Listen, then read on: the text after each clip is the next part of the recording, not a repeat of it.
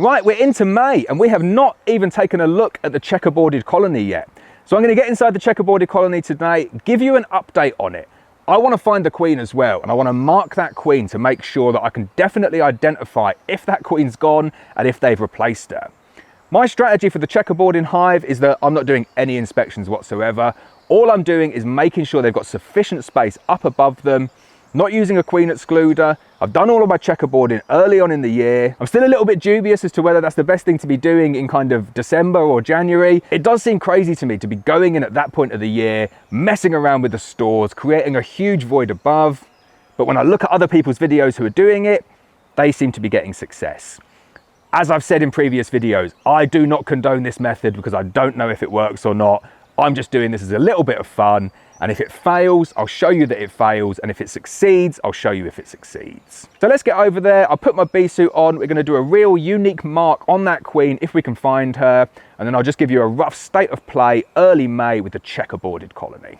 Right, let's take a look at my checkerboard colony, see how they're getting on, see if we can find the queen, see where they're up to in the season. Remember, I'm not doing any inspections on this colony, so I'll go through, I'll pull out a few frames, but I'm not going in, I'm not doing weekly inspections, but I do want to get in there. I want to find that queen and give her like a unique individual marking, just so if we get to the end of the year, I'm confident that that individual queen has made it all the way through the season.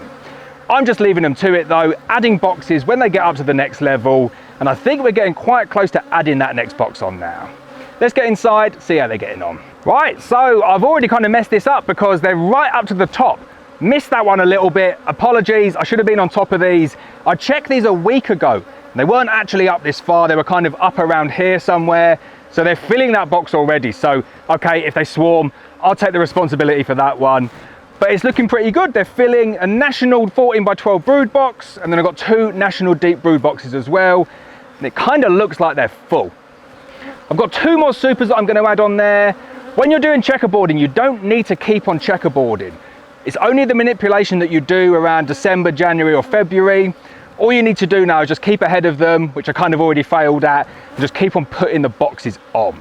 Hopefully the queen's still there, hopefully there's brood, hopefully there's no swarm cells. Let's take a look, see how they're getting on though. So this is the top box, and I wouldn't say the bees are completely boiling over it, but they've come up to see what's going on. Healthy amount of bees in that top box though. So I'll open a couple of frames, see what they're doing up here. But as I said, the whole point of checkerboarding is that you don't have to do inspections.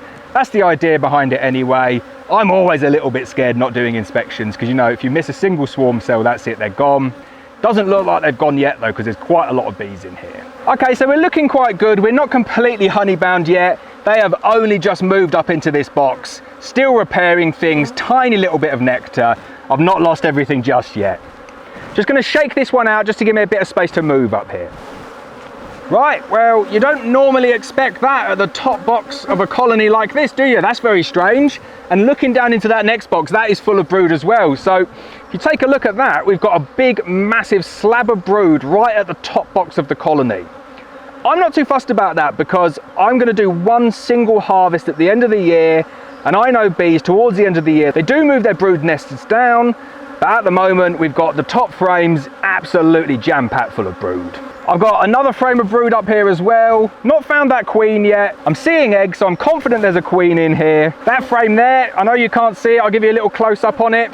That is a frame kind of full with honey. Started capping it on this side as well. Obviously, that could be one of the checkerboarded frames in between 2 frames of brood. It's a very, very interesting system, this one.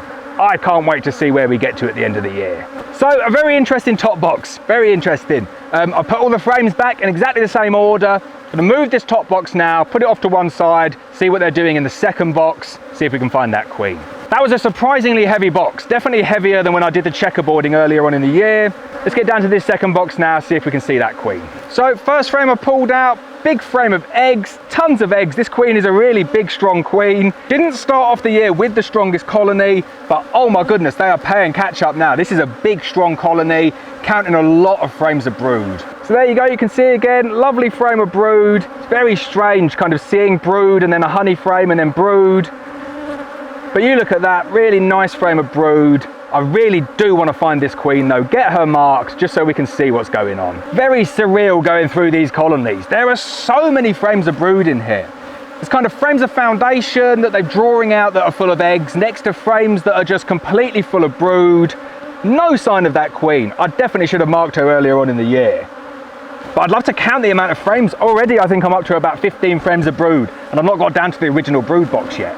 So they're running out of space. I'm definitely going to get some space on them today. Right, I'm going to put this box over to one side. I'll put them all back on in the same order. The frames are all in the same order. Let's get down to the original brood box. And remember, there's no queen excluders here. See if we can find that queen. I reckon though we're up to about 15 or 16 frames of brood just on those top two boxes. So give it a few weeks, there are going to be so many bees here. I will be amazed if they don't swarm. I have to say, I'm so dubious. I so want it to work though, so we will run with it. It's just so crazy how much brood is in this colony. I was expecting we'd get down to this bottom box, and no, we're not going to find any brood down there as well. And it's just big slabs of brood again. I'm so desperate to find this queen though. Right, I'm giving up because I've spent absolutely ages trying to find that queen and I cannot find her. She's definitely not on this frame here unless someone wants to point it out and tell me I can't find queens, because, oh, you know, when you're trying to find queens and they just don't come, it is really frustrating. But check out the brood. Really, really good looking colony, this one. Right, little summary of what's going on then. Can't find the queen. No idea where she is. I've counted 25 frames of brood, either national deep or 14 by 12. And then there's loads of frames that have got a little bit of eggs in there as well. All I can say is this manipulation hasn't hindered the colony, hasn't set it back, and I don't think I'd have this much brood if I hadn't done this manipulation. Is it going to work? No idea. I need to come back in a couple of weeks and find that queen. All we're going to do today though, put everything back together in the same configuration. I'm going to add another 2 supers on, no queen excluder whatsoever, and we're going to let this colony go on, checkerboarded colony, no inspections throughout the season other than to try and find that queen and get her marked.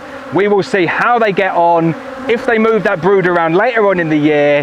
How is this colony going to turn out the first week of September when I come to do my summer harvest? What do you think? Stick it in the comments. If you want to see the first video where I set up this checkerboarding, spoken about the manipulation in December and January, check out this video here which gives you all of the information.